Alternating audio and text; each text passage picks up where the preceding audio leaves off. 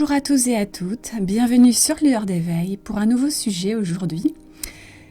Depuis quelque temps, je vous alerte sur le phénomène de flamme jumelle en vous disant de ne pas plonger dedans sans garder votre discernement et au contraire en essayant de prendre de la hauteur afin de ne pas accentuer votre souffrance.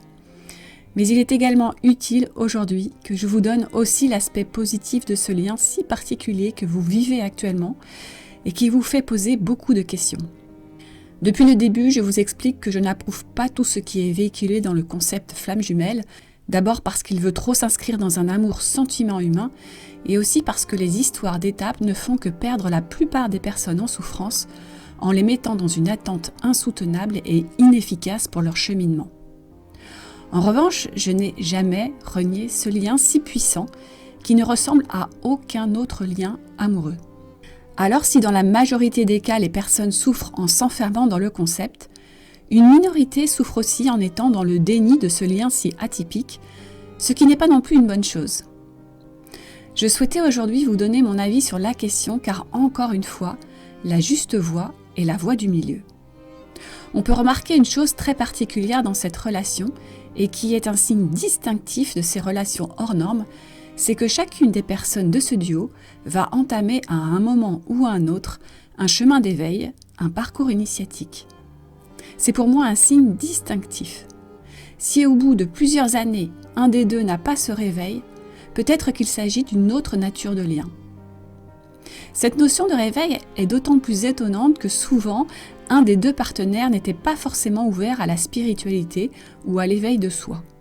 Alors pour faciliter mon discours, je vais vous donner ma vision de cette histoire en faisant un parallèle avec un duo d'amour qui partirait en randonnée dans une forêt très épaisse et un peu sauvage. Je vais donc donner deux noms différents à ces deux partenaires. Celui qui fuit, qui rejette, qui est plus dans le déni au moment de la séparation et qui dans la majorité des cas est un homme, même si bien sûr il y a des femmes, je l'appellerai l'éclaireur. Et celui qui s'accroche, qui ne comprend pas la décision de l'autre et qui se sent abandonné, je l'appellerai l'éveilleur. Alors pourquoi ces deux termes ? Vous allez me dire que c'est pour ne pas faire comme tout le monde. Alors oui, sûrement un petit peu. Il y a un peu de ça, mais avec le recul que j'ai maintenant sur ce lien, je vois celui qui fuit comme un éclaireur qui, avant de s'aventurer dans quoi que ce soit, a besoin d'aller voir en avant du groupe, ici en l'occurrence le duo, si le terrain est propice à la suite du chemin, s'il n'y a pas de pièges, de gros obstacles, etc. Il n'est pas tout à fait serein sur la suite et préfère abandonner, entre guillemets, son partenaire de route avant de l'embarquer dans une situation trop dangereuse.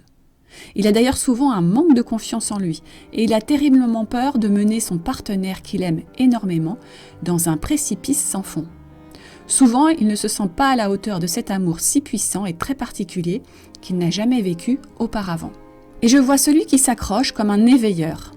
Il s'est d'abord senti abandonné par l'éclaireur qui avait besoin de cheminer pour voir si la route était carrossable et en attendant, comme il est seul dans la nuit et qu'il ne peut pas suivre l'éclaireur au risque de se perdre, il n'a pas d'autre choix que de survivre et de démarrer en premier et en conscience un chemin d'éveil. C'est bien lui qui consciemment démarre le parcours initiatique car il se retrouve tout seul dans la forêt au beau milieu de la nuit car son éclaireur lui a dit de ne pas le suivre pour le moment.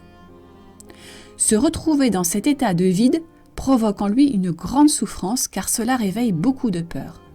Il se retrouve seul face aux ombres de la forêt qui sont en fait ses propres ombres.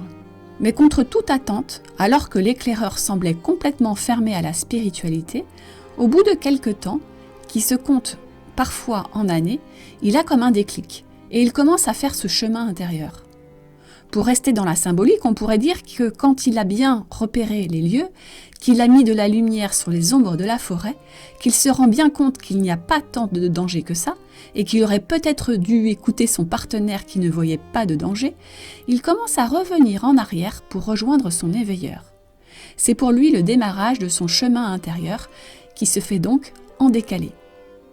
Et si on creuse un petit peu en posant des questions à un éclaireur, on se rend compte que c'est bien cette rencontre qui est à l'origine de ce réveil. Ce n'est pas un autre événement de sa vie. Alors je vous ai dit tout à l'heure que cette personne semblait complètement fermée à la spiritualité. Le mot semblait est le mot juste, car généralement cette même personne, l'éclaireur, tout au début de la rencontre, a pu avoir des paroles ou un état d'esprit qui montrait une grande ouverture, mais c'est comme si c'était un peu inconscient de sa part.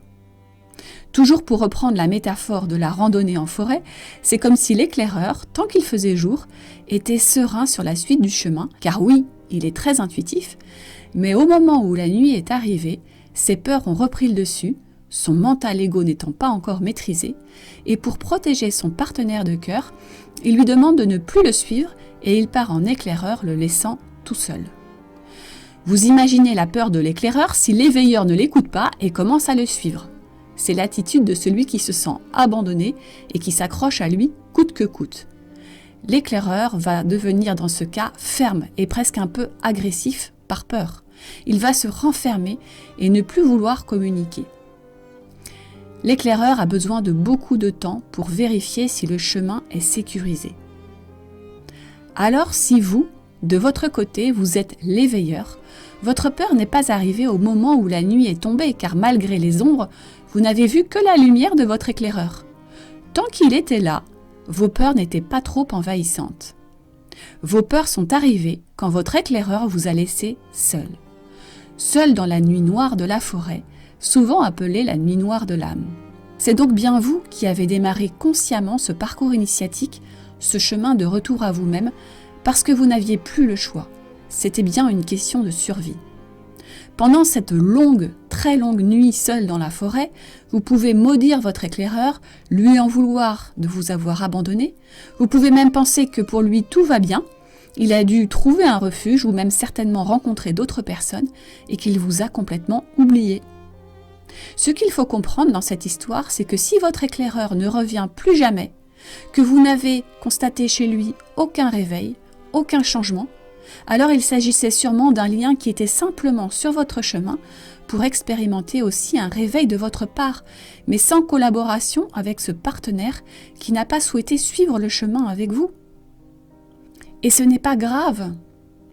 Accueillez quand même ce cadeau qui vous a permis d'évoluer de votre côté. Car si vous êtes bien dans un lien d'âme hors norme, forcément, à un moment ou à un autre, votre éclaireur reviendra vers vous et vous le trouverez transformé. Il vous dira certainement qu'il a souffert pendant tout ce temps, où il vous a laissé, mais que c'était nécessaire pour lui afin d'apaiser ses peurs. À son retour, il vous trouvera également métamorphosé, car vous n'avez plus essayé de le suivre et vous avez réussi à atteindre un état de plénitude sans lui, seul, au milieu de la forêt. C'est pour ça qu'il vous reconnaît comme son éveilleur, celui qui va pouvoir le guider encore plus loin dans l'éveil de qui il est réellement. Il sait maintenant qu'il n'a plus besoin de vous abandonner, car vous êtes autonome sans lui tout en étant dans l'accueil de son retour. L'éveilleur se retrouve à ce moment-là dans le rôle de guide. Pourquoi ? L'éclaireur a d'abord fui le duo. Il est allé se rassurer dans la matière en avançant, en marchant, en expérimentant. Il a éclairé son environnement extérieur dans une fuite effrénée. Alors que l'éveilleur n'a pas bougé de l'endroit où il a été abandonné. Il est réellement entré dans un travail d'introspection. Il n'a pas cherché à fuir son intériorité.